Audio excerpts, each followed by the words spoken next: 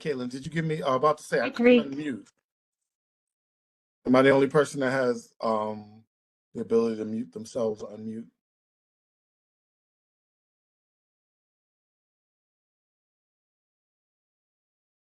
I can't hear you, but I think it's on my end. Hold on a second.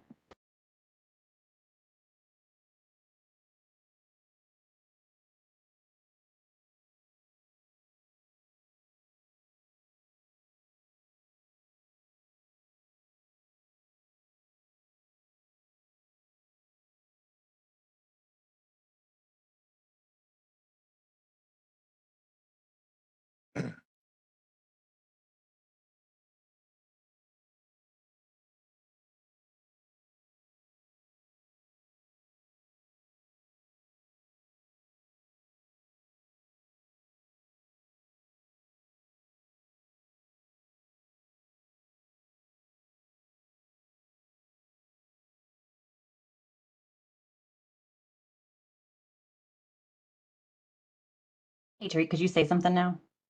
Sure. Can you hear me? Yes, thank you. I had a question about the project history. Not really like about the slide, but just in general. What prompted them thinking about doing something in 2004? Like why now? I'm not sure. I bet you folks at the meeting will be able to. Because it was weird, because I was looking at the project history, I was like, so for the first 50 years, it was like nothing. And then in 2004, the state of Maryland started talking about redevelopment. And I was like, well, what actually prompted that? I wonder. I wonder if it was the state of the buildings. I know that it hasn't been a 50 place. years old at that point. Yeah, it hasn't been a place that people have been really happy with for a while. So probably that. I see that we've got Minister Smith here. Hi, Mister. Thank you. Well, we're to avoid chaos, we're keeping it so that folks who enter won't be able to speak until they're called upon. So you'll have a time to do so later in the evening. It looks like we are going up against a few Community meetings. Yeah. Hopefully that the Druid Hill meeting will be over. What time is that? No, that's not over till 8 o'clock. Mm-hmm. Yeah, so I think and we're recording it so we can share it with folks too.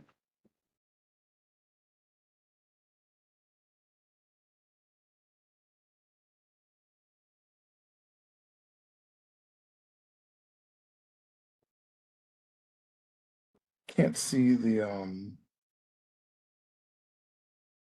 participants.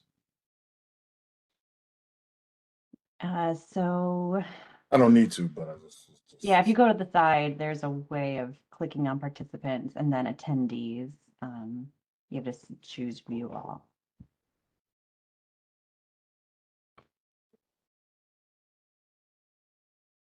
Oh, I see it now.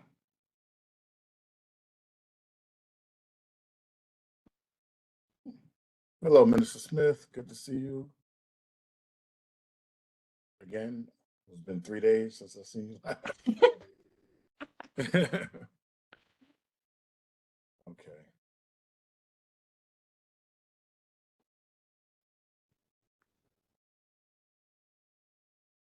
While I'm here, let me try this QR code. That's what I'm going to put a note in the chat.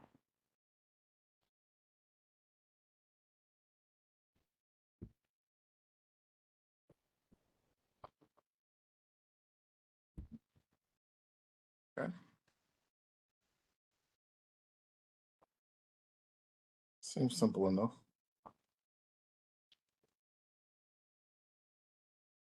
Is that you, Tariq? Yeah, that was me. Okay.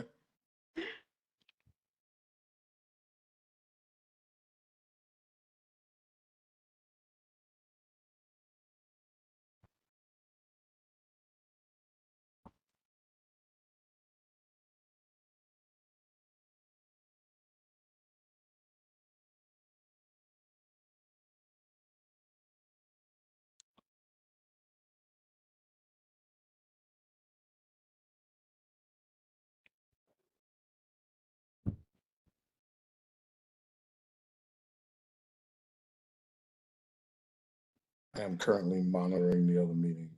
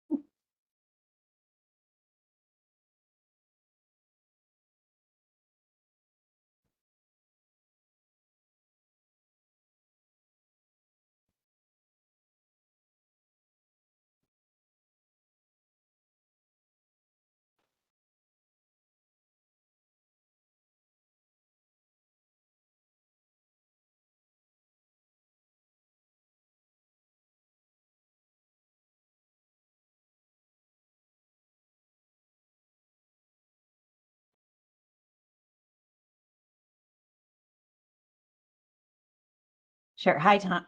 Can you hear me?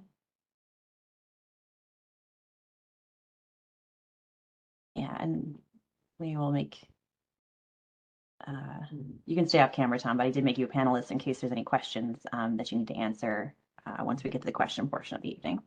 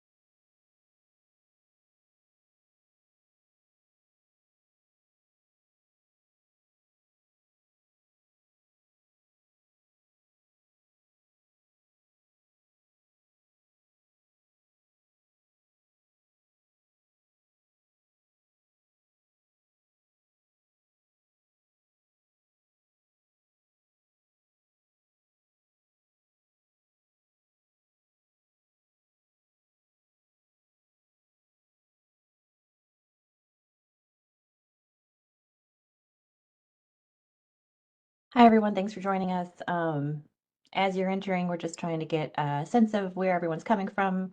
We're going to do a couple of interactive things using the QR code or the website here. So if you want to give that a shot and make sure you can activate it, that'd be great.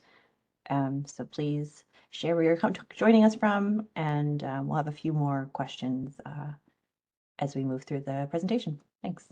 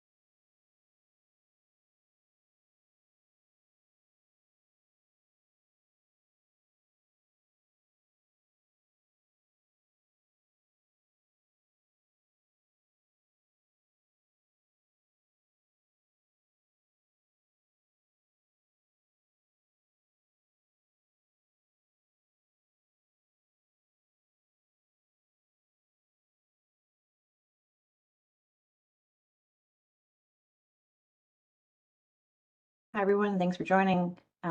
As you're entering, please feel free to utilize the QR code or the website to share where you're joining us from. We're going to have a few questions to get some feedback from everybody. So this is a great opportunity to make sure that you can you can get into that. If you can't or you're having any issues, you can just use the chat function. Thanks.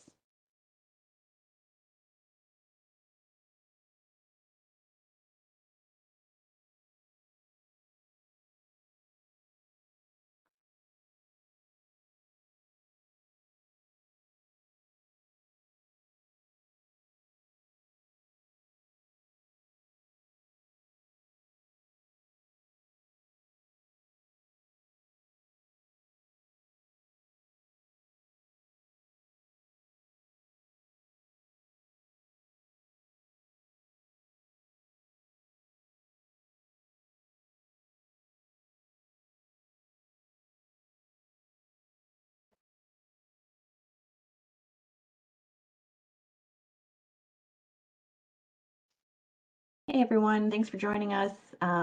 As you're entering, we have the screen up. We're asking where everyone's coming from, so please feel free to utilize the QR code or the website. We'll ask a few questions using this method, so it's a great opportunity to make sure that it works for you. If it doesn't, or you're having any issues, feel free to use the chat function. So right now, even though you're only seeing 4 things, there are 8 responses. So the bigger the text, the more folks are coming from that area. So Bolton Hill right now is, we got more folks from Bolton Hill than other areas.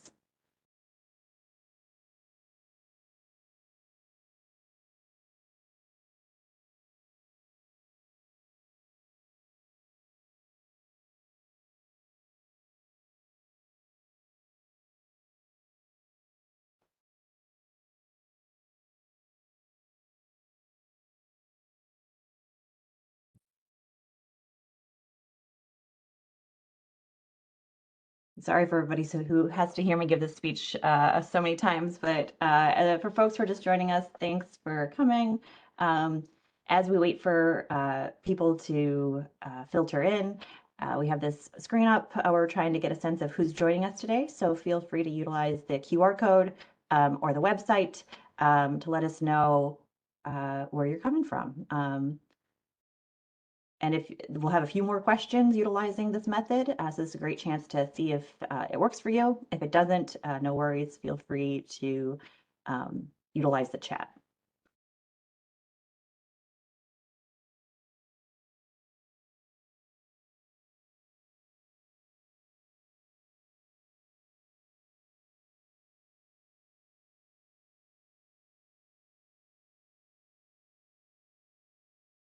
And thanks, Shane. Yeah, a lot of neighborhoods have flexible boundaries. We know that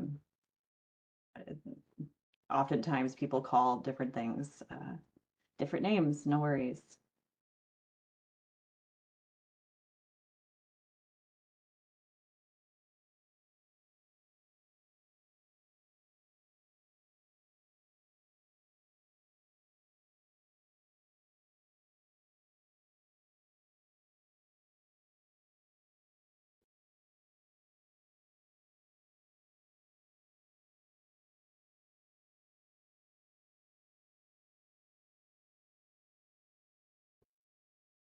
So it's 7:01. I think we'll give folks a few more minutes to filter in. You can utilize this time to let us know where you're joining us from using the QR code or the website. We'll have a few more questions utilizing this method. So this is a nice opportunity to see if it works for you. If it doesn't, just utilize the chat function instead. Thanks.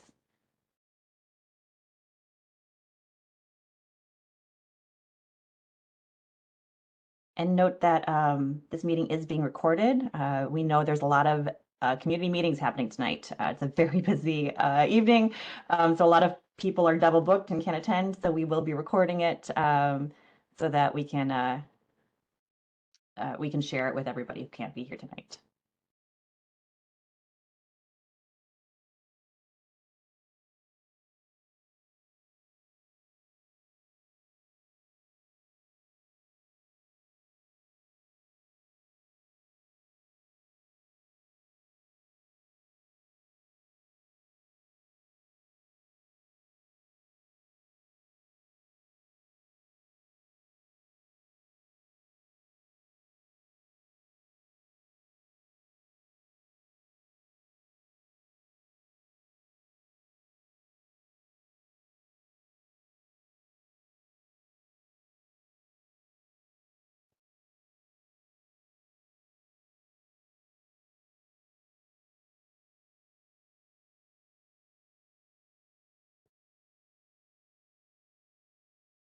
Okay, well, we're up to 25 folks now. It's a pretty good amount of people.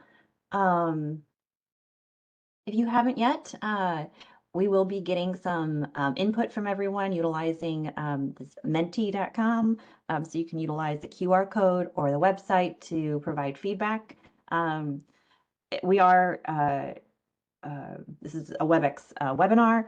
So if there are questions at the end, we can unmute folks after they raise their hand so we can get to that at the end of the presentation. You can also utilize the chat function if there's any questions that you want to make sure you don't forget. Feel free to put those in there. Let's see. We're up to 29 now. Let's give everybody a minute to answer the question. So if you could share where you're joining us from tonight, that would be great. We just kind of want to get a understanding of the spread of folks who are able to join us. We know it's a busy evening with lots of community meetings, so appreciate you coming out.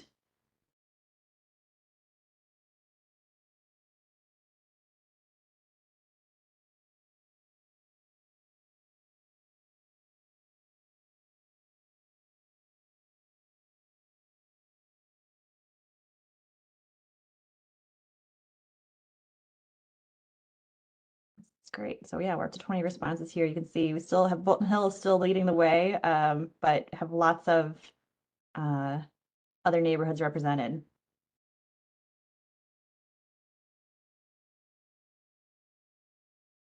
Okay, I'm going to move on to the next question.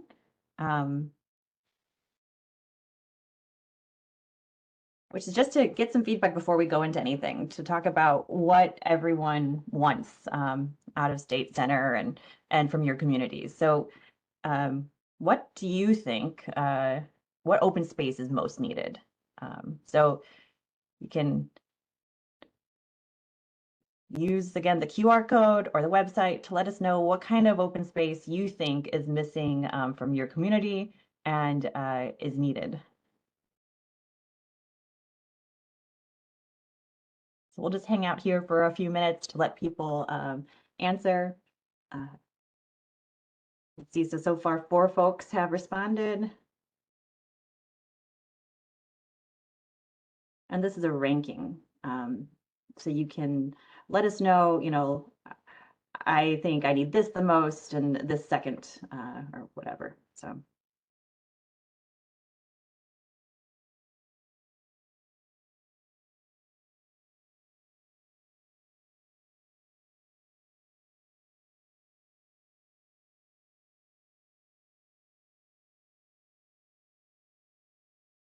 And also, if you're having any issues using this and you still want to provide feedback, you please feel free to enter any of this information into the chat.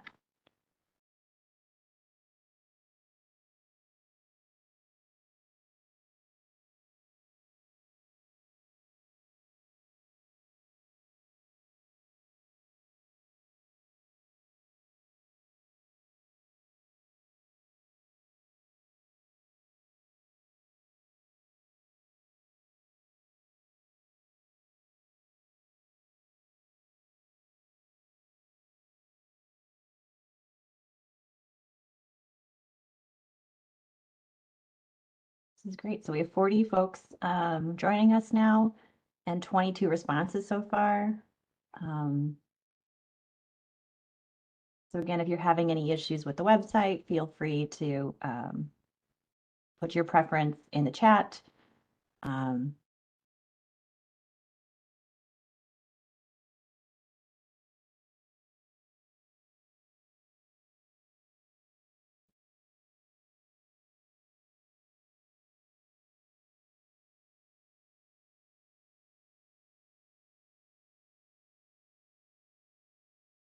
Okay, I'll move on to the next question. So what types of amenities do you think are most needed in your community? So the choices we have identified are just small retail, large retail, grocery, and activities. So that could be, things to actually to do. It's mini golf or bowling.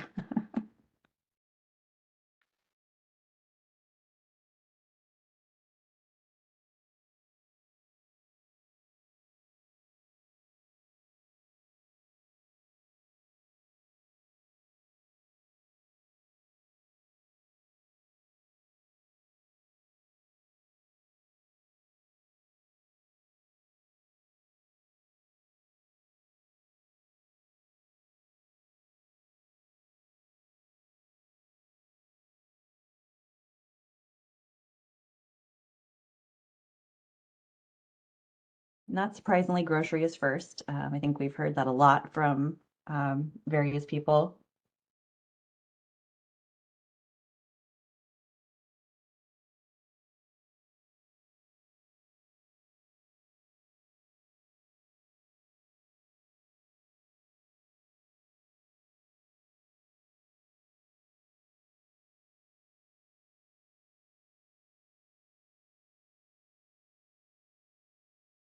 Okay. I think we're pretty stable now with 20 responses.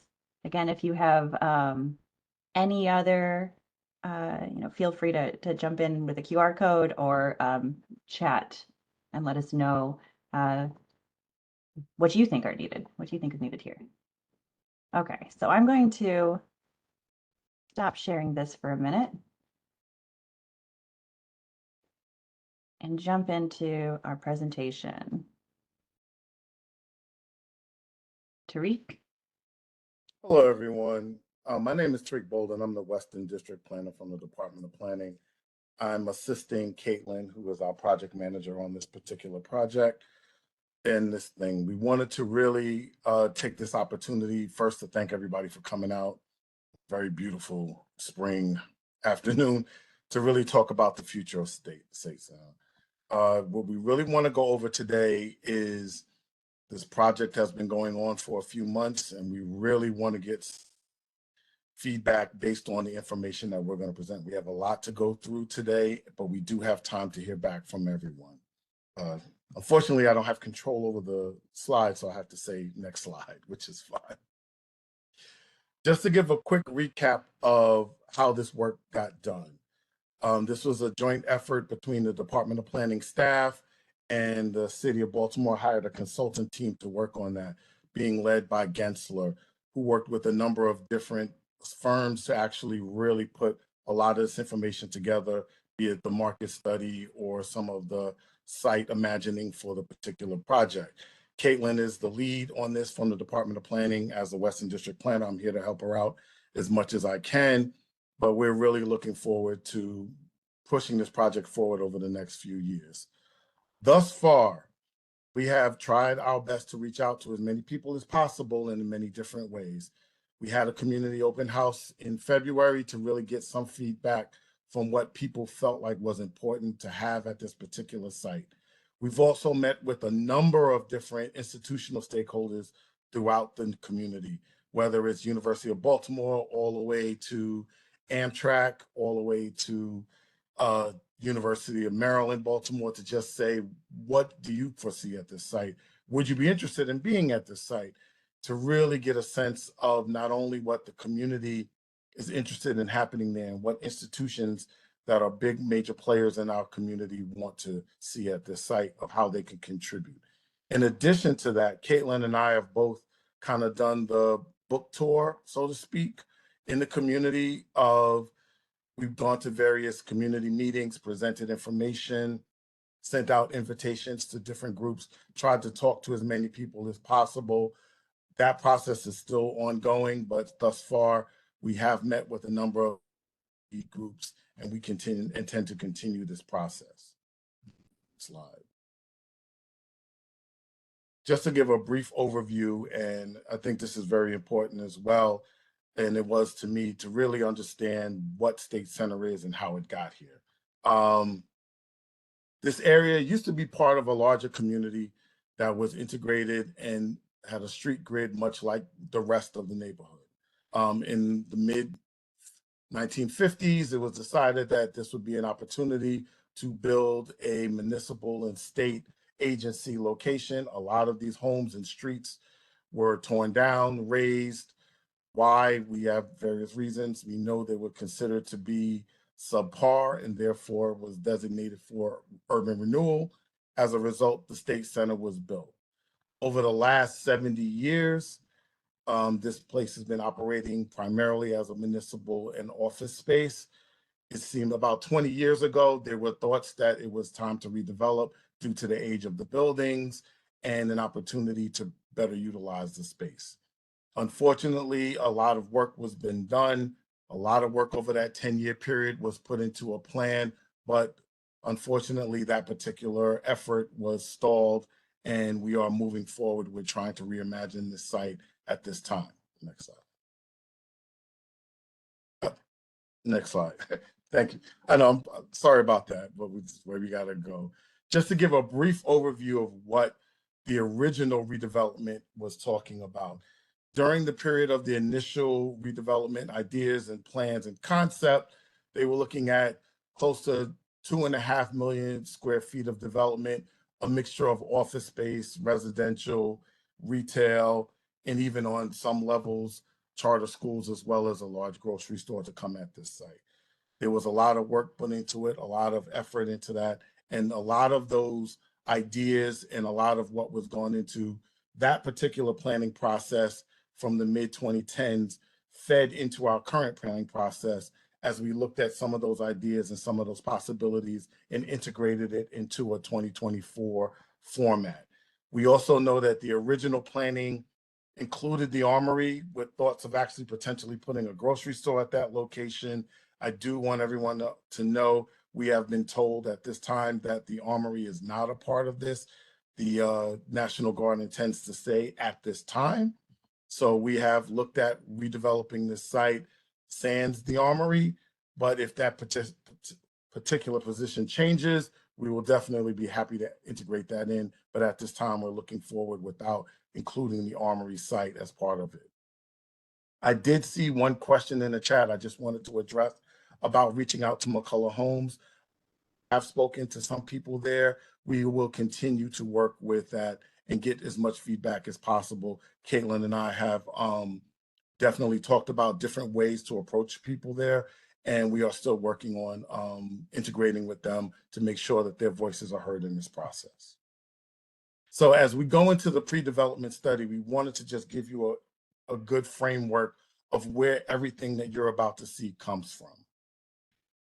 Initially, through the RFP and through the way this worked, we charged our consultants with really looking at a couple of things that were key to how we could see the redevelopment of this site.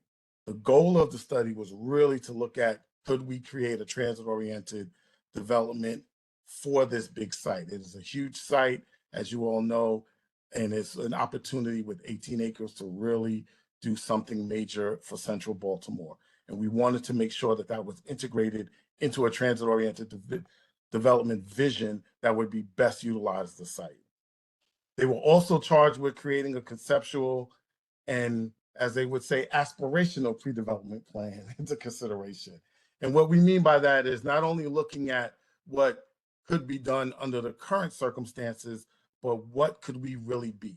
What could we dream to be based on what we heard from the community, what we heard from our stakeholders and our institutional partners, what could be utilized at this and what could happen within the next 5 to 10 years based on what is. We wanted to go a little bit more beyond just simply saying, this is what's here and what is pretty much allowed or what the market could support, and get a little bit more aspirational into what bigger thoughts we could have for this site. And additionally, we also looked at what is the possible opportunities there could be if we were to look at integrating McCullough Homes into this site and creating new opportunities for the residents there to remain at this location, and how can we redevelop all of that. All of those thoughts kind of went into what we decided and what looked into this, and we wanted to hear your thoughts on this. Next slide. The key thing to remember with all of this is we were looking at what are the main drivers for everything that is proposed for this site. What are the main foundational elements that we felt like are most important to be able to address what we want to achieve at this particular site? Number one was definitely the fact that this particular location lies on multiple transit lines. The light rail, the metro station, it is actually within the site. State Center is one of the largest bus hubs in the city. And we're also a short walk away from both Amtrak and the MARC station. How do we capitalize on those assets to make this site a key site in Central Baltimore, which really gives you great access to anywhere in the city and can bring people from all over to this location? We also thought about And it was important to create a vibrant mixed income community, meaning we don't want to just build and necessarily create high end or luxury or low end type of development. We wanted this to be a vibrant thing, much like the neighborhoods around it, to say what are the ways that we can make sure that there are opportunities for all here at this center residentially. In addition, based on that original slide, we wanted to reconnect the community in the existing grid. If for a long time, State Center has felt like this island in the neighborhoods surrounding, no real connection. After hours, when no one's working there, it's pretty dead.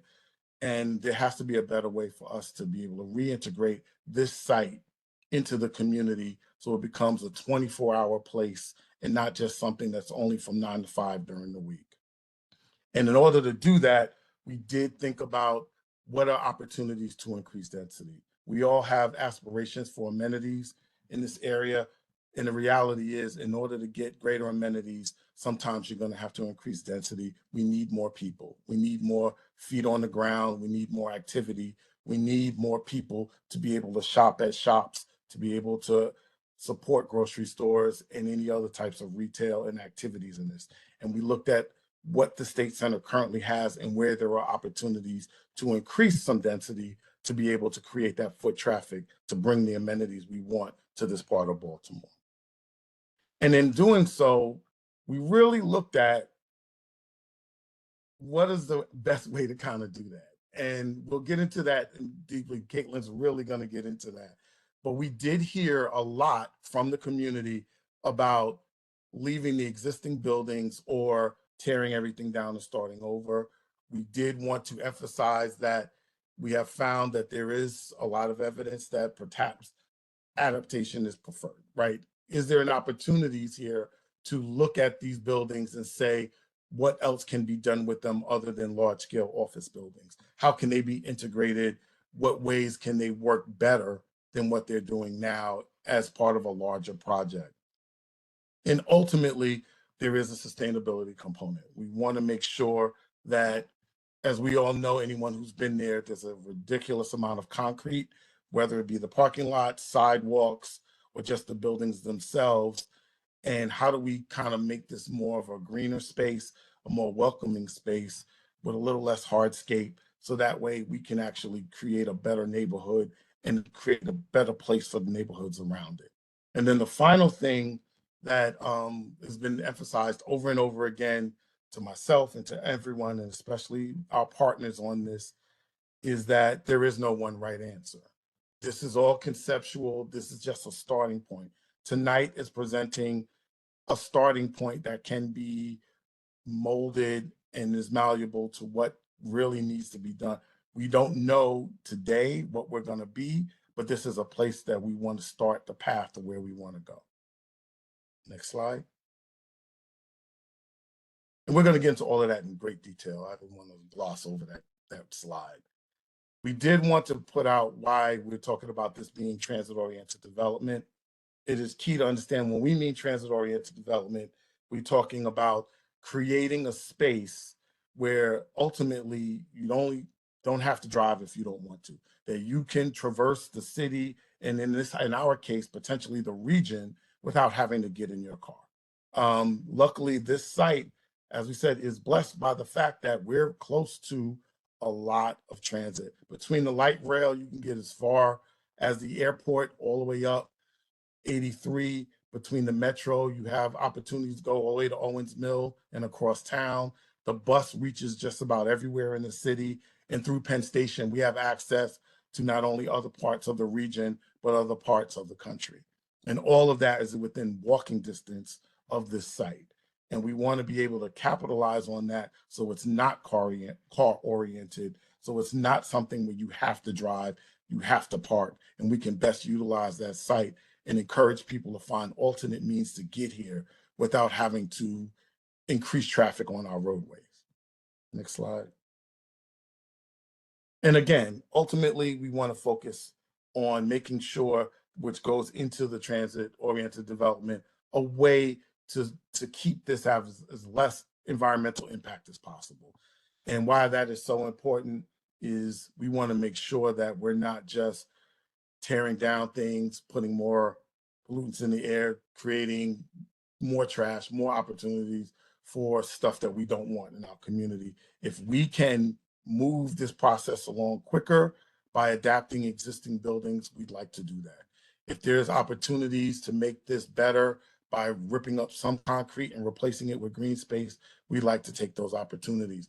There's a lot here that falls into our sustainability goals for the city to make this a cleaner, greener, better space. And we really, all of that was rolled in through our consultants and our design team to really see that. Now, Caitlin is going to get into the details of all of that. And thank you all for really just, if you have any questions, please just go ahead and we'll.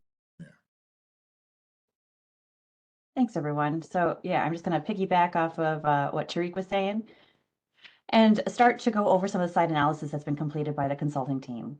So here you can see the ground plane activation, and this is just showing what exists today. So it's what a lot of you are familiar with, right? This is the site where we have bus lanes and bike lanes surrounding it. You have this connection between the metro and the light rail, one of the few spots in the city where they are connected or near each other. And you also have these loading zones and underground parking access shown by the arrows, which, divide the site and kind of cut it up. So that's the existing conditions today. Next. And here's some additional site analysis, right? So this shows what we all know, but it kind of does it in a nice way where we can see it really visually, which is that to the west of the site, you have streets that have a residential character, and they're closer together. You have front stoops, and it's just a smaller streets generally that have that residential character. But towards the east of the site, as you get into Mount Vernon, you have streets that have more of a downtown condition or a commercial corridor.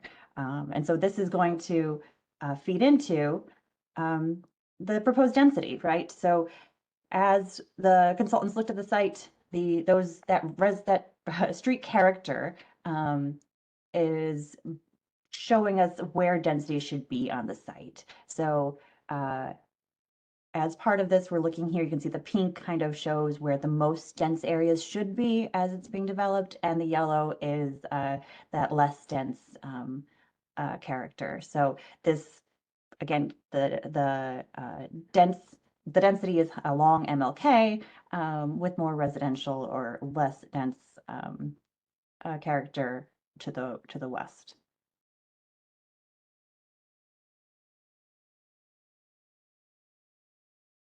Another critical element of the site context that I know everybody here is well aware of are the barriers that exist around State Center. So MLK Boulevard and Dolphin Street disconnect the site from the surrounding neighborhoods.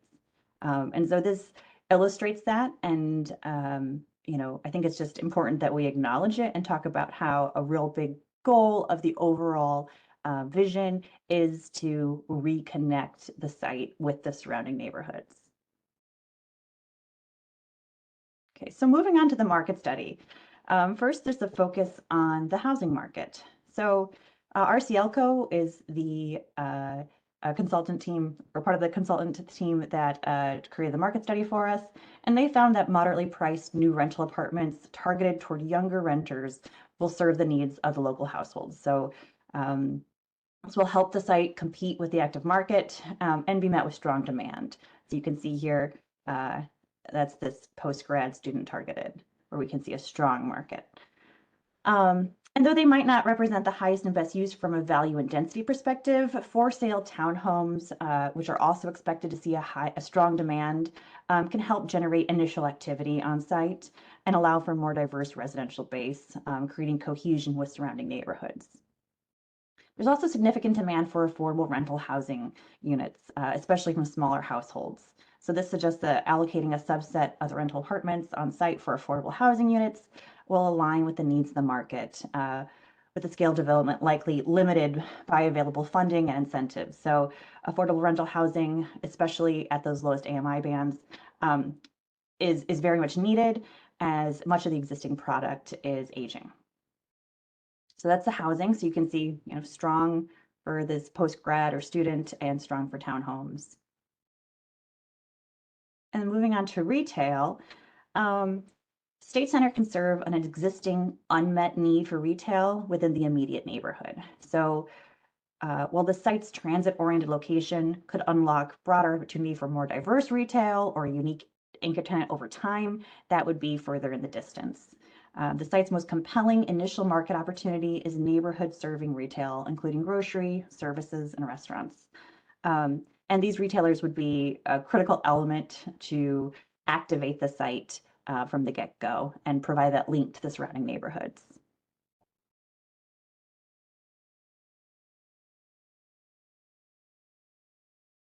So I'm trying to give everyone, I'm going to guess that some of you are likely reading this frantically. Like I said, this is being recorded and it will be available, and the presentation can also be shared. And once the report is done, all of the information that went into this is also going to be available. Okay, so the last set of the market study is office and other, and no surprise, it's not looking great. On a plus side, the site's regional access and its proximity to institutions that help drive Baltimore's economy could provide significant long-term potential, but it would take time for these opportunities to emerge with any certainty. And then mirroring national trends, the local office market was hit hard with COVID-19, and it will take many years to return to an equilibrium. So as a result, speculative opportunities for office development are limited and nearly impossible for developers without major incentives. But the site's regional access via Penn Station, its connectivity via mass transit, and its close proximity to major institutions within the city present a compelling case for an anchor tenant. But again, that would be something that would be a long-term opportunity and not something that would be quickly done. The team was tasked with understanding how transit would impact the site, specifically the new Penn Station, and they found that an increase in rail commuters would create additional demand, but likely only enough to make the site competitive. So it wouldn't necessarily mean that we should build more, but it would mean that whatever would be built would be competitive within the city market.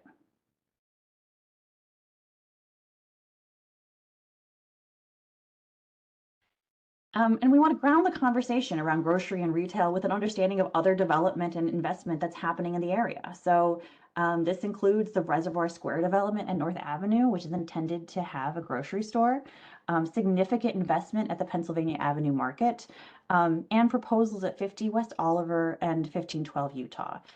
So there is activity within the vicinity, and anything that happens at State Center needs to be aware of what's going on with development throughout the area.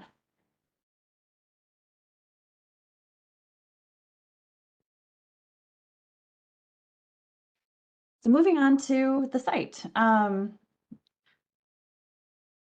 The site has 4 existing buildings. These are shown in yellow. They're within a sea of parking lots, and you can see the Armory shown in green. And as Tariq mentioned earlier, the Armory is not currently included as part of the site, though I think everybody would welcome it if we could get the state to agree to those terms. So right now we're looking at these 4 buildings in yellow. And the project team completed an analysis of the existing buildings, looking at their floor plates, location, and the walkability of each site as it relates to mass transit. And based on this analysis, 3 of the buildings, 301 West Preston, 201 West Preston, and 300 West Preston, were found to be viable for reuse. Only the building at 1100 North Utah had a score low enough to not consider reuse. Again, this is like some very small writing, I realize, and you can't really see it, but this will be provided later so you can dig into it if you'd like. But these are the 3 buildings here that were found to be viable for reuse. So the first of several scenarios prepared by the team is the ADAPT scenario. So in this option, the 3 buildings found to be viable for reuse are retained in a modified way. The ADAPT presents a 63% reduction in embodied carbon emissions over traditional development approaches. So we're going to go through 4 slides looking at 4 different scenarios, and they're all going to look the same. So you have this initial overview looking at what the massing would look like, as well as the program to the left. So you have at the top the program for the full site, which would include McCullough as well, and then a program just for State Center. And you can see here the units and gross square footage for various types of uses. And the colors align so you can better understand where those would be located. So I know people are interested in this kind of thing, so I'm going to sit here for a minute and I don't need to chat too much. These slides will all be similar, the colors will be similar, and you'll see the themes, those key design drivers that Tariq went through will be found in all of them. So even though the vision shifts between these scenarios, the general overarching themes are the same. Okay, moving on to the second scenario. This is a blend scenario where 2 of the buildings would be retained and modified, and new construction would be utilized at specific locations. So here, they're proposing the retention of this building and this building. And this would be modify or new development. And you can see new development throughout the rest of the site.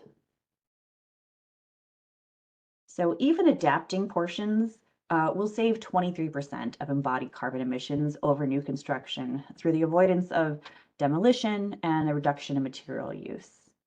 One of those, some of the key principles that you're going to see found throughout is about that density, right? So you see the townhomes and smaller scale buildings are situated closer to the smaller scale buildings that surround it to the west, which is to the top of the page here, and the denser buildings, those yellow buildings, are along MLK.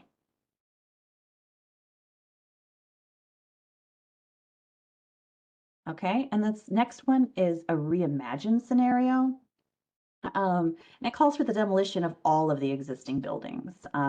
This allows for more density to the east, shifting some of the smaller scale buildings. Full demolition allows for more flexibility for any redevelopment, but it could also lengthen the time until the site is active and potentially increase the cost of development.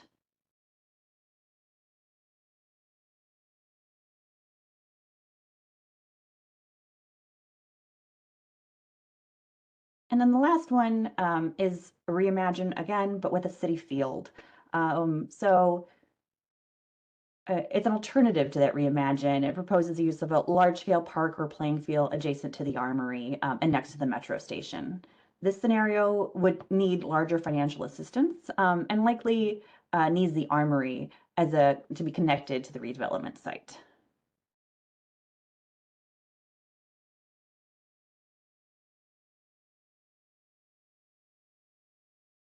Okay, so those are the scenarios, and we'll dive into some other. Next, we're going to move on to streets and alleys, right? So, the consultant team identified typologies for the impacted streets and alleys throughout the site. 2 streets that are center to the site are Preston Street, which is A and B, continuing here, and Utah, that's C. And you can see that they've identified Preston as 2 pieces, the Preston Festival Street, and that's up near between the Metro and the light rail, and Preston Main Street, which is further south. And then the Utah Place, they're calling it a linear park, which is, when we're talking about the cooling street to mitigate the urban heat island effect, that's where this would come in. MLK and Dolphin would be multimodal transit roads. And then there's neighborhood streets, walking alleys, and service alleys. So I'll get into Preston and Utah. First with Preston. So currently Preston Street is a long street that crosses State Center as well as McCullough. However, it's disconnected by 2 large surface parking lots and has prioritized vehicular traffic over pedestrians. Transforming Preston Street could generate a connected and cohesive neighborhood with an activated Main Street. And this is really critical to the north because it's where the metro and light rail would connect. And this area, which would be the Preston Festival, is also critical as a connection to the Armory. So the Armory entrance, there is an entrance here along Preston. It goes to the basement, but you can imagine too that this would be a critical connection at the Armory if that were to ever come on board. There are also a number of garage entrances along here that are directly adjacent to North Howard, and it emphasizes the vehicular nature of the site. And the area designated as Preston, Main, crosses a series of housing blocks that have no front doors. These are all turned to kind of turn their back on the street, and it's an inhospitable place for pedestrians. So the design team identified some principles for design, and that they want Preston Street to be an active gathering space with a busy pedestrian activity due to the mass transit and potential for bike paths. So Preston Street could be where the community gatherings happen, as well as being flexible in nature to close it off to vehicular traffic when necessary. Here, front doors for retail, office, or residential would be prioritized to generate foot traffic at various times of day.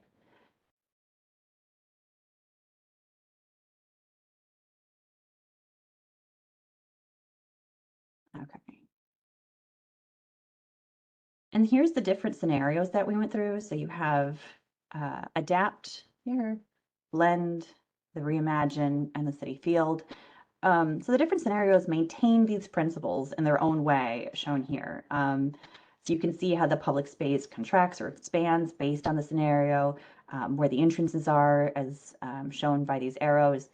And so the general principle, while it changes, would be the same regardless of the scenario.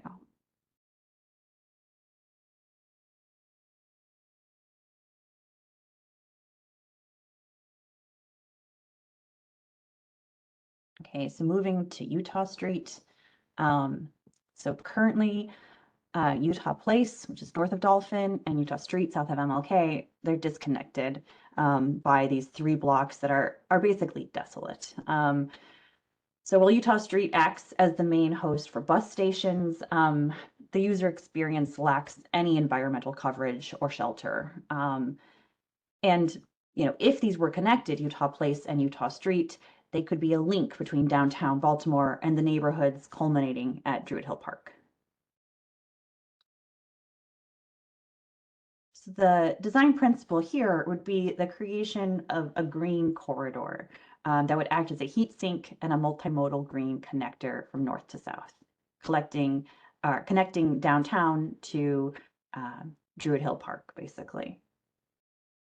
It would also be a mass transit link enhancer. So Utah's Linear Park could be, this link between the bus and the metro. So you can imagine buses coming up or down Utah would stop here, connect the metro or light rail, and act as this mass transit connector. So how does this look when the various scenarios? Again, the principles are maintained regardless of the scenario. And in this, for Utah, it's very similar regardless of whichever scenario happens. But you can see how it might be activated by residential entrances or, multifamily entrances, debate based on which scenario is used. So I'm going to pause here for a second and let's see, sorry, jump back to this website. So for those of us who joined later at the beginning, we did a number of these questions to kind of get some feedback from folks. And now that we've kind of gone over those, I said 4, but really we're just going to have 3, so I apologize for that typo. So you can use this QR code or use the website up here, menti.com, and the code to let us know, what you would rank these. Would you, if you have a preference, would you prefer to demolish all the buildings, reuse some of them, or reuse as many as possible? And like we said, no choices are going to be made. The document that we're creating will have options, and it'll be utilized by the city and state to negotiate any terms of a transfer of the site, and it'll be utilized to inform the RFP process and hopefully a future developer. So we're not picking one and saying this is it. It's really, these are the feedback we received from you all will go into the document to say these were choices we picked, or scenarios that were studied, and the community really favored one over the other or whatever. And these are broad-based. This isn't, I think the biggest thing that we want to come out of this study is the principles, to say that this is how we should move forward with any development that happens on the site. I think as we said many, many times, this is very early in the process. So we don't want to get too far ahead of ourselves. So it looks like we've had 25 folks respond so far, with the first choice being to reuse some of the existing buildings. That's great. If you are having any issues utilizing the QR code or the website, please feel free to use the chat function, and we'll get that input.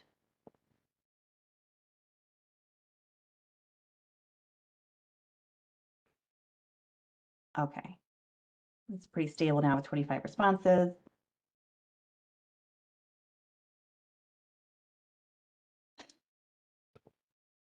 So what else? What did we miss?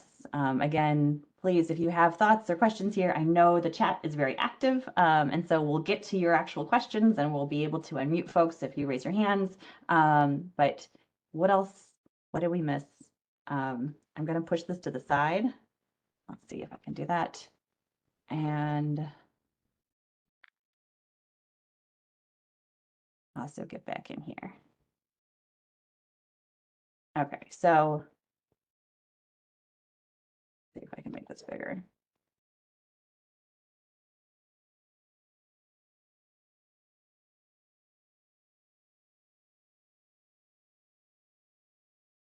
So what's next? I alluded to this a little bit, but the Department of Planning will continue meeting with community stakeholders as needed to present the study findings and gather feedback. Later this summer, the final report will be shared with the public. The last agency is scheduled to vacate State Center at the end of 2025 or early 2026. And the city and state must agree to terms of any transfer of ownership of the State Center site. So hopefully, like we said, this study can inform what those terms might be. Baltimore City goal is to limit the time the site will be vacant. And so we therefore hope to issue an RFP prior to the last state agency leaving the site. The city will conduct a public RFP or request for proposal process to select the developer. And this study will be incorporated into that RFP. During any RFP process, there will be consistent community engagement.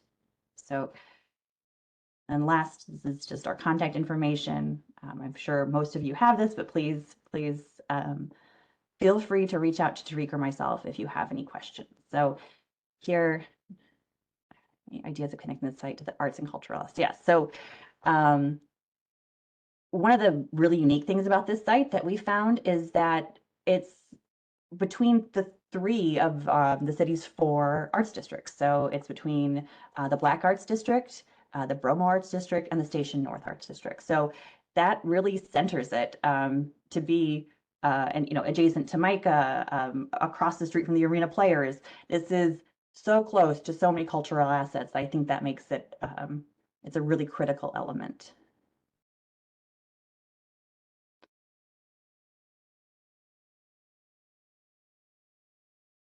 All right, everybody. So what we want to do now, in addition, I have written in the chat that I was monitoring questions In addition to, we have the consultant team here as well. If there's any very, very specific questions that Caitlin and I cannot answer, we will see if they can help chime in on that for us. I did want to just address a couple of general questions that I saw throughout some themes that went out.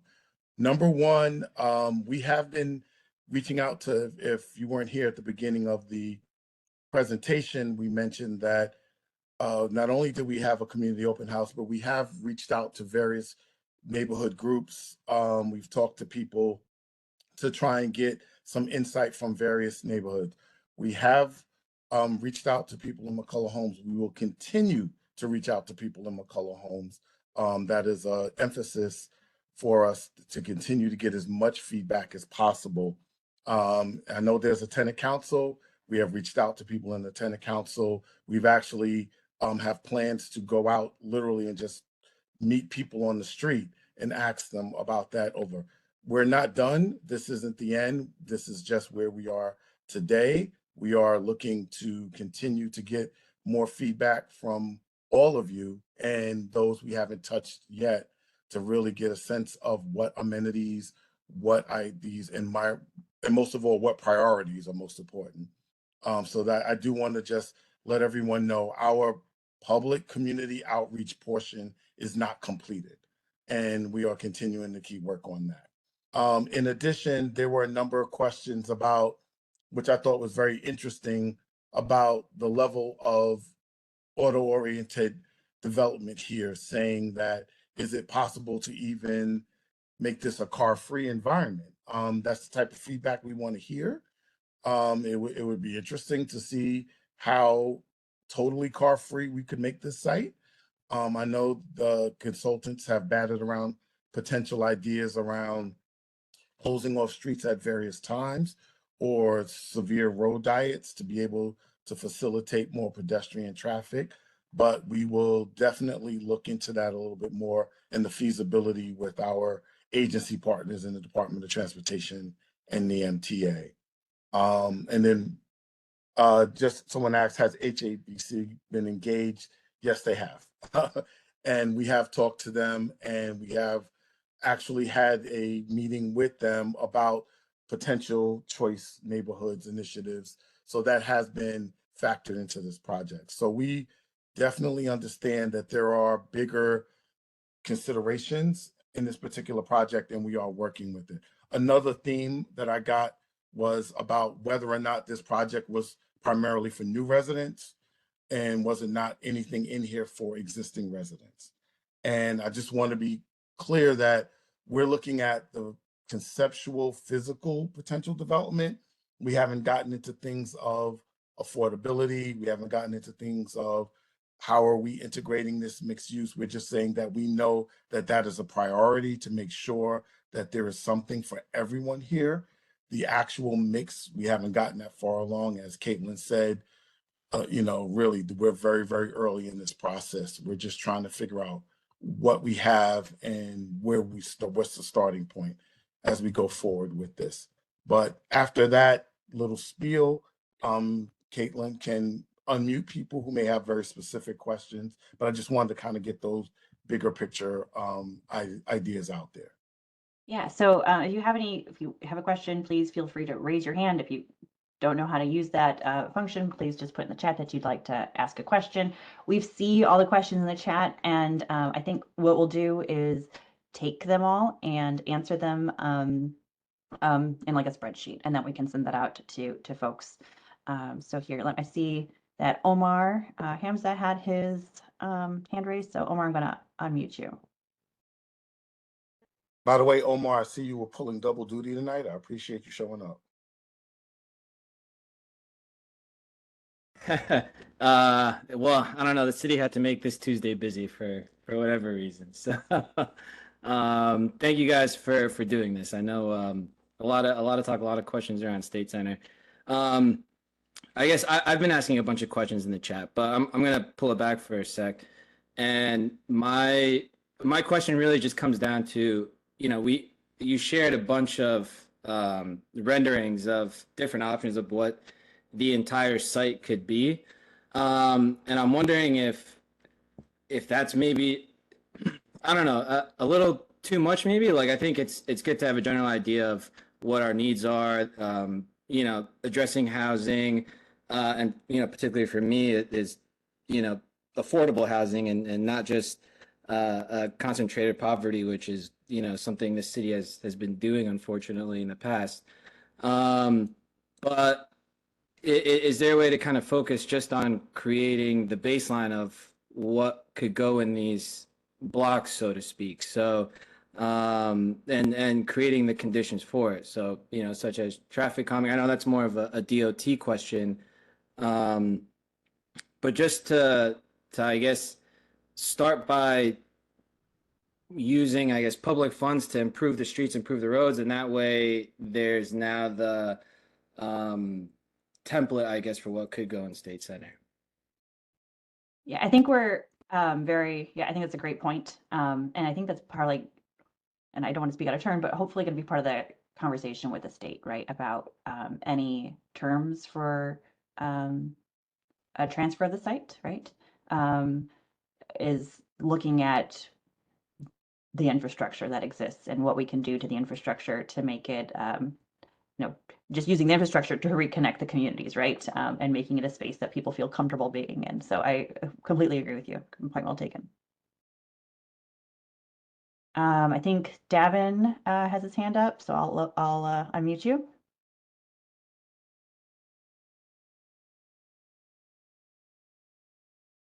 Um, I don't want to, I have no criticism towards the team's efforts. I think it's a great study, but I do think that there are some unfortunate limits that have been put into the study, which is really the study is limited to, I guess, the state center property itself and not looking at either the streets like MLK and Howard and Dolphin, or looking at adjacent sites like the school site or the Wendy's site or the Mormon LDS building. Mhm. And these, I understand that there's some complications when you start to bring in private sites into the equation, but when you look at a master plan, I feel like we should really think bigger and more boldly to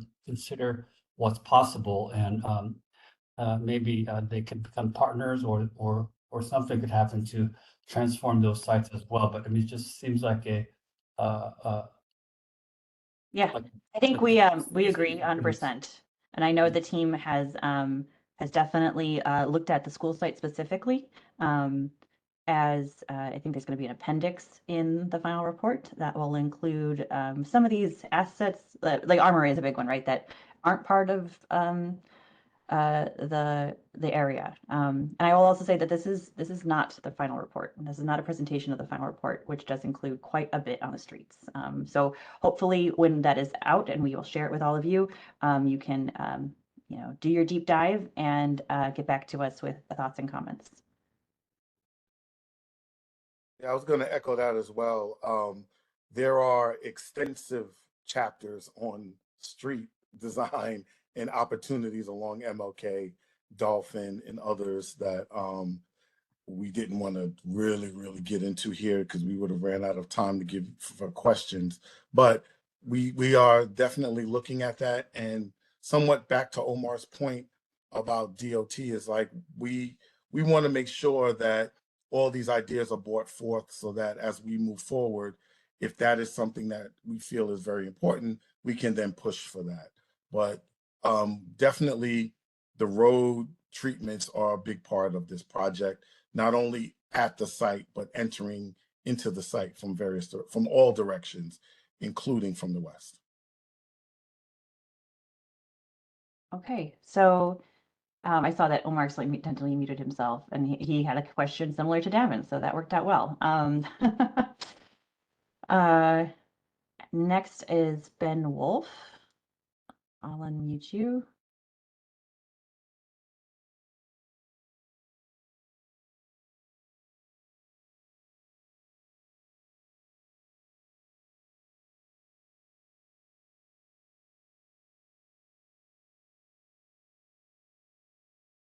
Ben, can you hear us?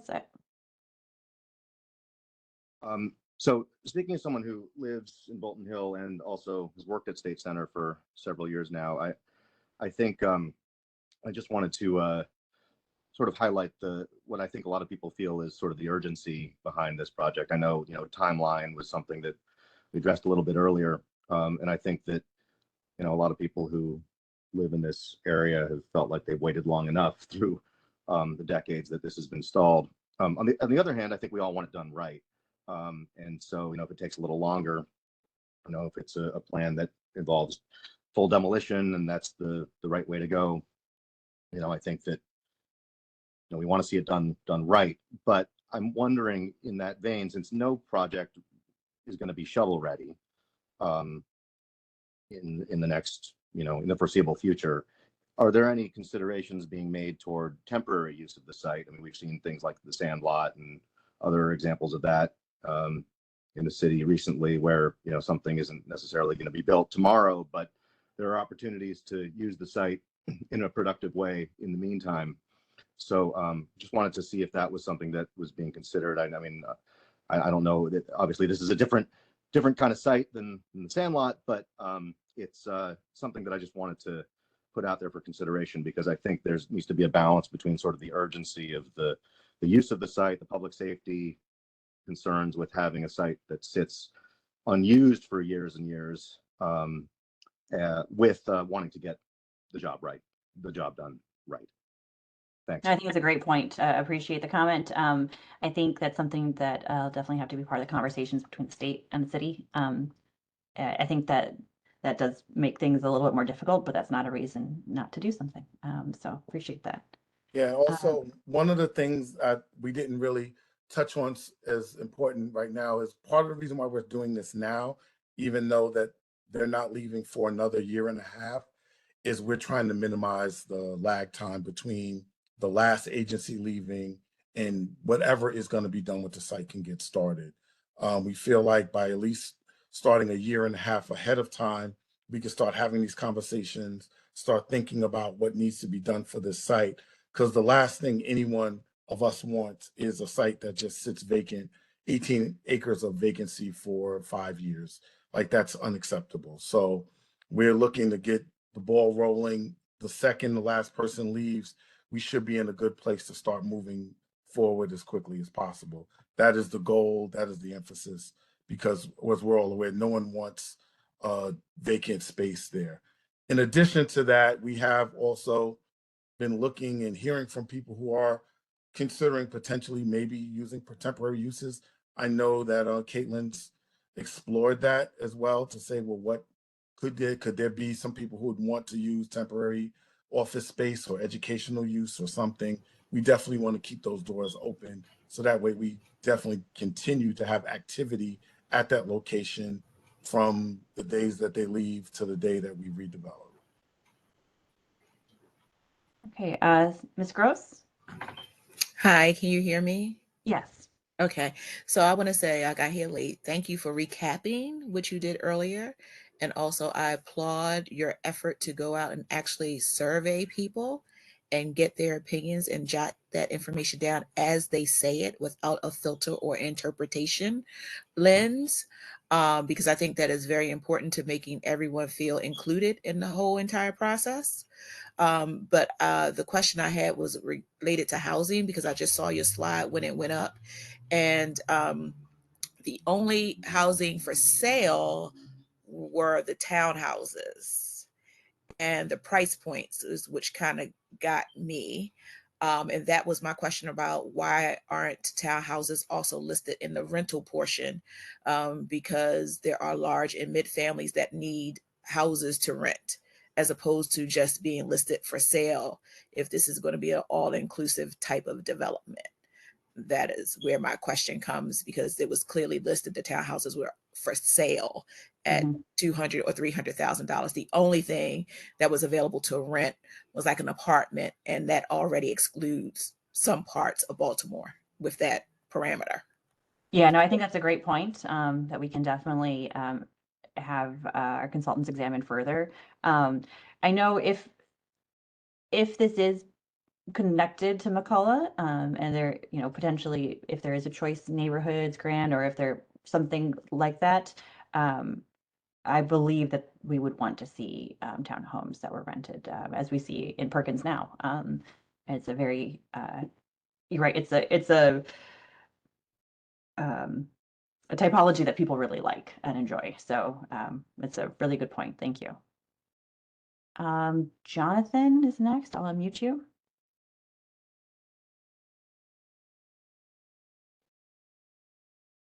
Hi, everyone.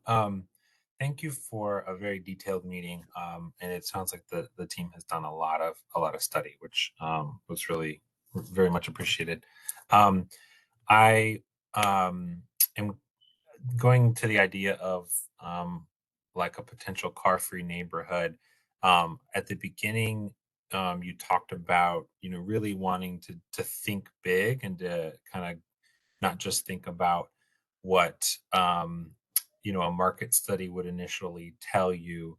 And I think that the challenge with thinking about car-free neighborhoods in Baltimore is like that people live there already who you know, have cars, and so it takes a lot of. It would be really difficult you know, set aside that kind of public space for other uses than cars. It's, you know, it's a constant tension. And I think with a lot of open space that the state center site creates, there's opportunity to, you know, start from scratch, even if there's like adaptive reuse. And it, in some ways, it could be it, you know, the first of its kind in the city, and an experiment that could show like that it is possible.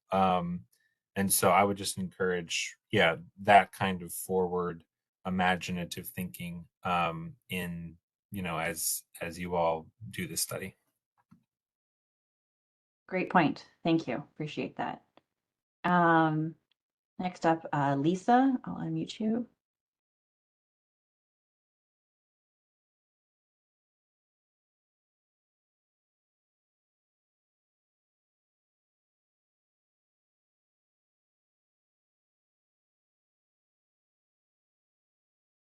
Lisa, I've unmuted you. You have to accept it, I think. There you go.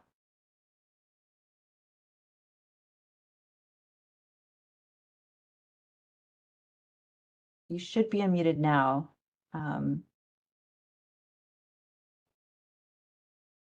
Looks like you might be having issues with your microphone.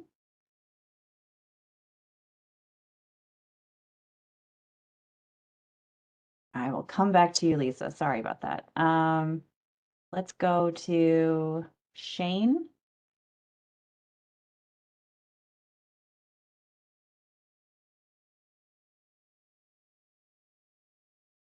Shane, you're unmuted. Yep, can you hear me? Yes. All right. Just want to echo what everybody said. Thank you for the presentation. Really fantastic to see the progress, just from a vision standpoint. And as can't remember which one of my neighbors said it earlier. It's obviously been too long since there's been anything there. My question is honestly just a simple one. The mayor, you know, had put out the 10-year vision for downtown. Understanding this isn't downtown, but it seems like the two projects are, you know, linked together and could be linked together in a pretty big way. So I was just wondering, you know, how this project aligns with sort of that, you know, that 10-year downtown vision, and if there's, you know, been any conversations with regards to the 10-year vision that was just planned, put out for that and this project. Yeah. So luckily I am the staff working on both the projects. So the 10-year vision coincides with the comp plan. So the comprehensive plan for the city of Baltimore was released for the 60-day comment period last week. If you go to the downtown portion, you'll see similar drawings that reflect what was in RISE, and also in the comp plan is talk about State Center. So we, through the 10-year vision for Downtown Rise, is looking more to what you consider downtown, but we're pushing that a bit to say really downtown should be Penn Station to Camden Station, MLK to 83, and 2 blocks around all of those barriers. So 2 blocks outside of MLK, 2 blocks outside of Penn Station, 2 blocks outside of 83. because it's critical that we reconnect downtown to the surrounding neighborhoods. And so this is within that footprint. And there will be a number of community meetings over the summer for Downtown Rise. And this will be a part of that conversation. So we're excited about kind of the synergy between the two projects. And I think it's a really great opportunity to make sure we're getting the biggest feedback, the biggest amount of feedback, right? So hopefully this will all connect, and we're excited about that as well. Okay, Charlie, I will unmute you.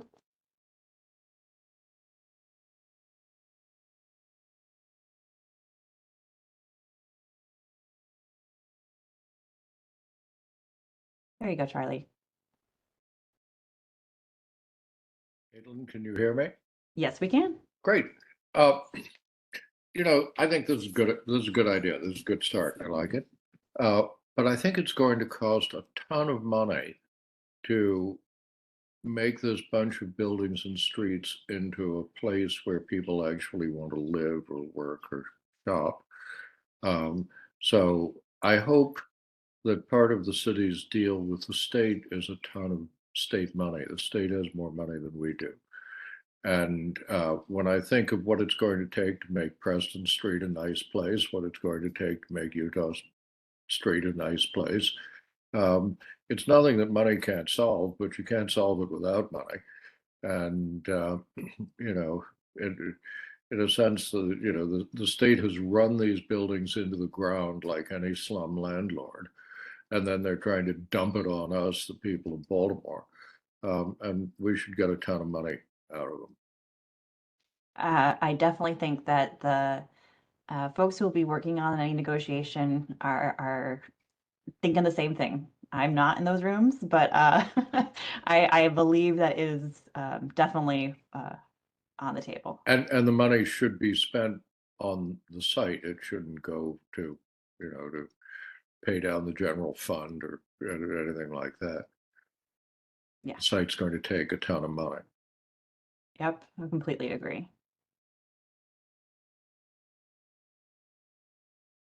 Okay, Chris G.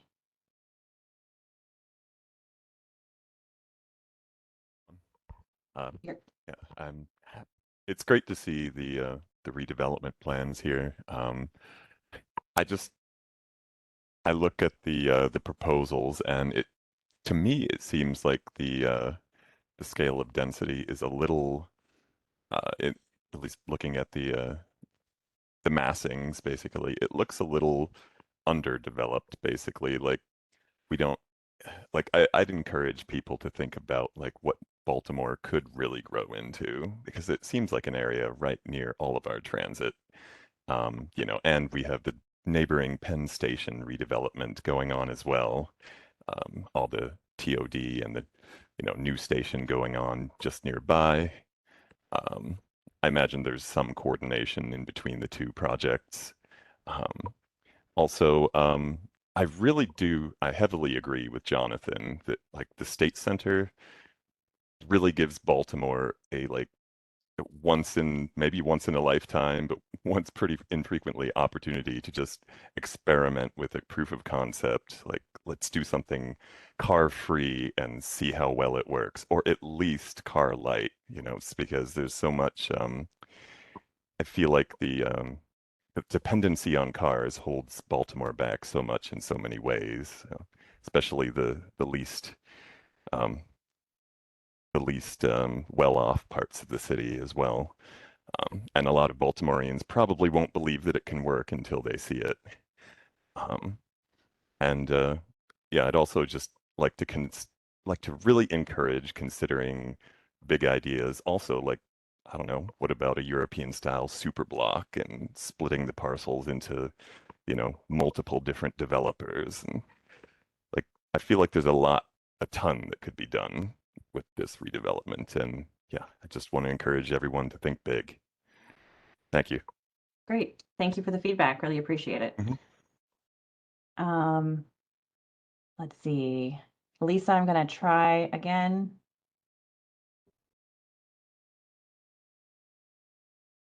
Oh, you typed it in here. The question is, what is the timeline for each stage? This is a large empty space. So here, I'll get to this. We don't really know. The city and state will need to negotiate terms of any transfer of ownership, and that will likely lead to the RFP, and then that will have a timeline set with it. And I think this kind of feedback about density and about big thinking is exactly the kind of thing, you know, we want to hear from you all to help guide the study and guide that RFP process, right? This is not a development. There's no developer behind this. It's us and our consultant team, and this will hopefully give any developer who does work on the site some guidance on how to move forward. Obviously, there will need to be that continued community engagement throughout the process, but this will give them kind of a first step. Oh, at least now you're unmuted. I don't know, maybe you still can't get it. Okay. Isaac.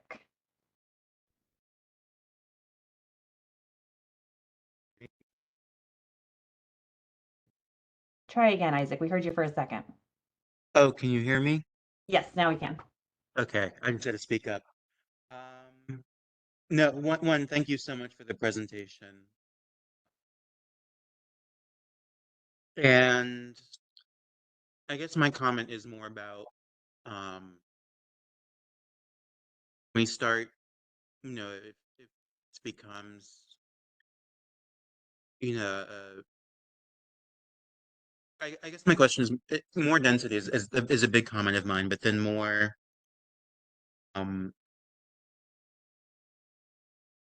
way of the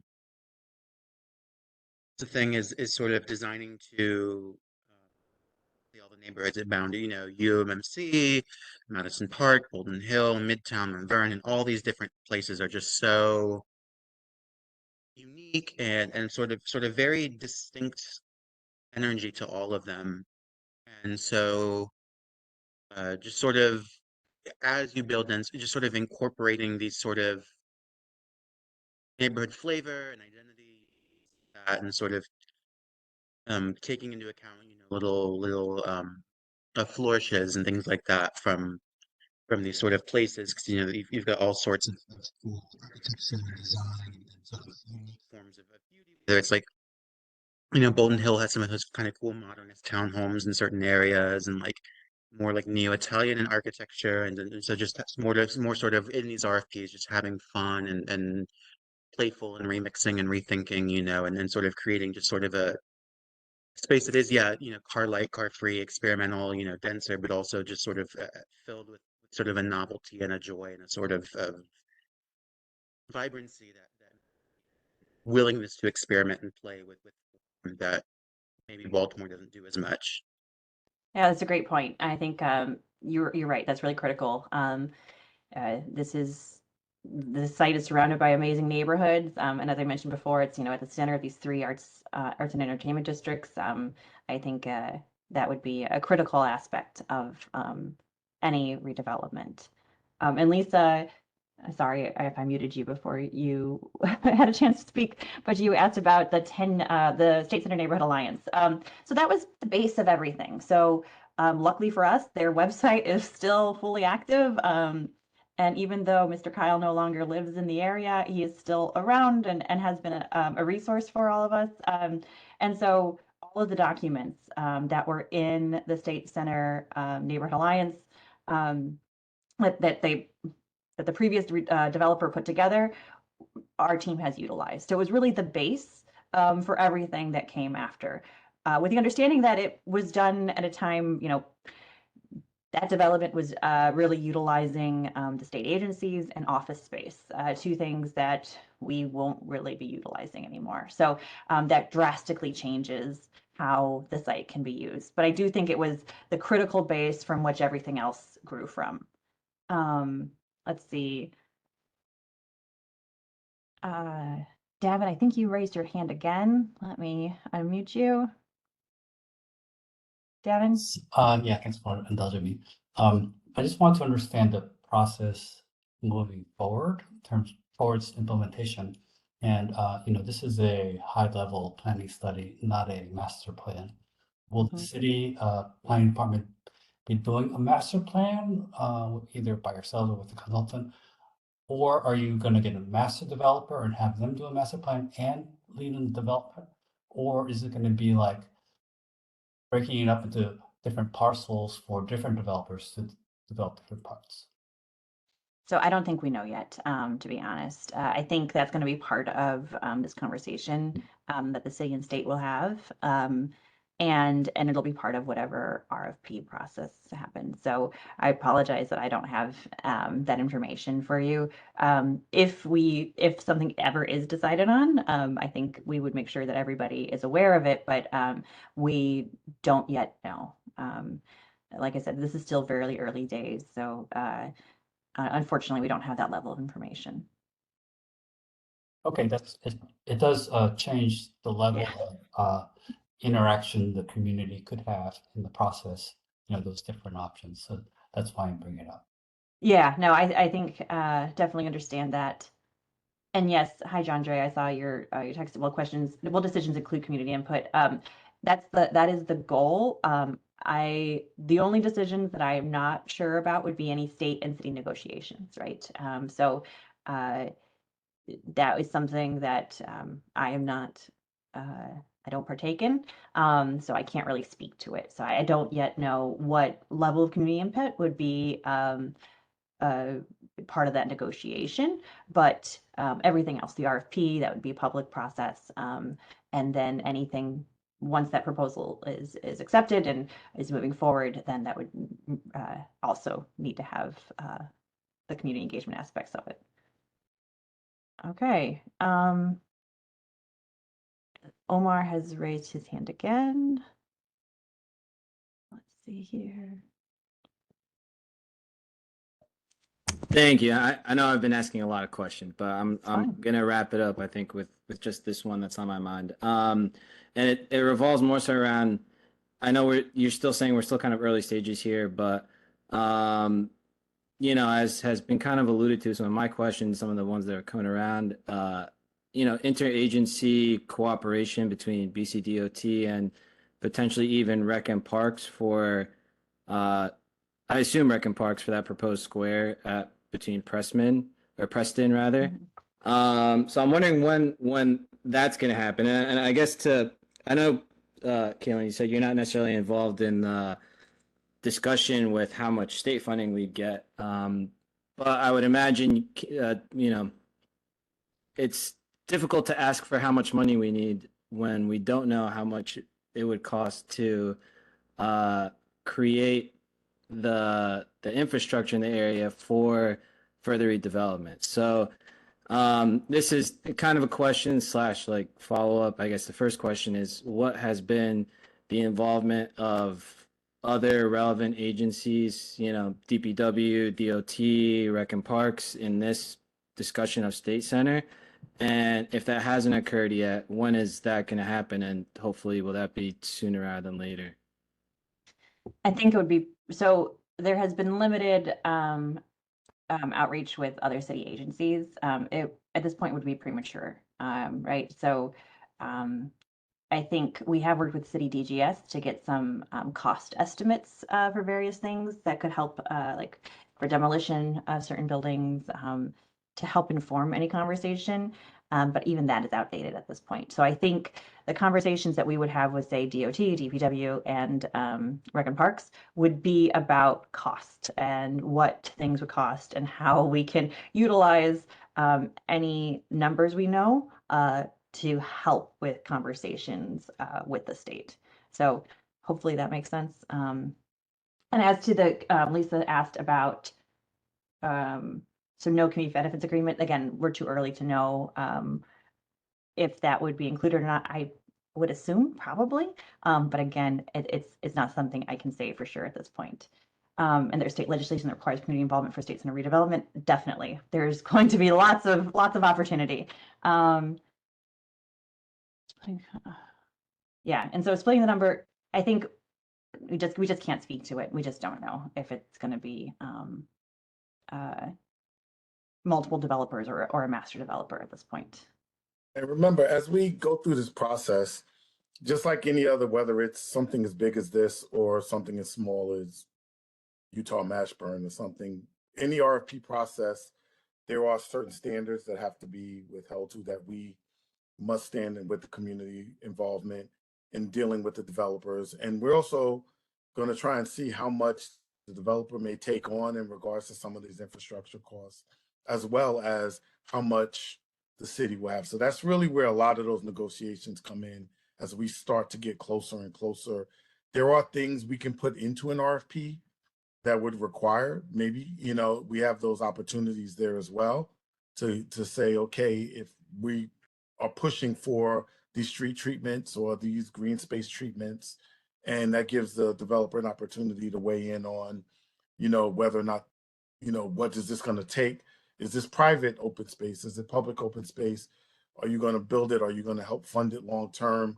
All of these things are in that negotiation, but we definitely, the main thing we want to get out of this process now is at least understanding what it is are the priorities that people want, so we can start to craft some of those things into RFPs in 2 years, a year and a half from now, when as these agencies start to move out, we can start getting this stuff together.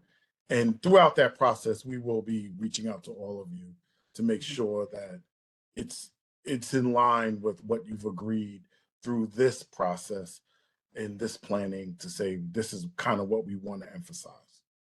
And I see that Lisa asked a question, so asking if the city will be responsible for demolition, and isn't that something the state should pay for? And yeah, that would be part of the negotiations, right? So if we agree to take on the site, then we would ask for it. Do we want everything to be demolished? Do we want some of them to be demolished? Do we, you know, like, that is part of those negotiations that would have to take place. So that's also part of why the study is going to help inform those conversations, because maybe we don't want everything to be demolished, right? It's not easy. So just let's see here. I think Shane raised his hand again. Shane. Yeah, just one question. Yeah. What is the reason why the RFP process can't start until the agencies vacate the property? It seems like it's a pretty lightweight process. Typically, it's a heavyweight process. I do RFPs all the time, but it's not gonna, I would imagine, do like much on-site work unless I'm potentially wrong about that. No, so I think we do want to start the RFP process prior to the last state agency leaving, just so that it's vacant for the shortest amount of time possible. But those negotiations would have to be figured out prior to an RFP process, right? So that would be the biggest hurdle, is getting to a negotiation between the state and the city, and then being able to issue the RFP. We definitely want to do it before the state agencies leave, because it would, yeah, that way we can get moving as quickly as possible. Great. No, that was the only confusing part. Thank you. Yeah. Okay, and Lisa, sorry, I will definitely unmute you. Okay, here we go. There.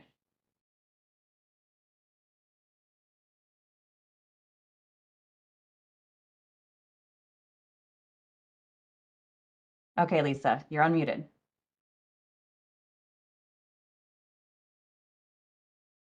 We can't hear you.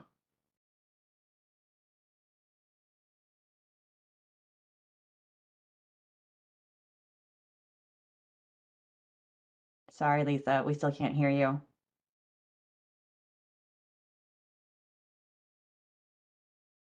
Okay, I can try unmuting you again in a minute. I'm gonna just double check that. Charlie, did you have see your hands raised still? I'm not sure if it's still raised or raised again.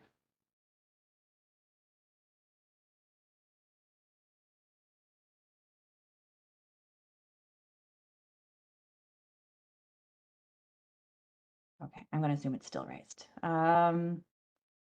Any other questions? We have 2 minutes left, so any final questions? I'm out. It took me a Okay. while to figure out. All right, thanks, but I'm Charlie. out. Okay. Okay, great. Please see John Kyle message. Their state legislation. Yeah. Okay, yes. Let's see, what we'll do is there were a lot of questions in the chat, and the chat is captured in our recording.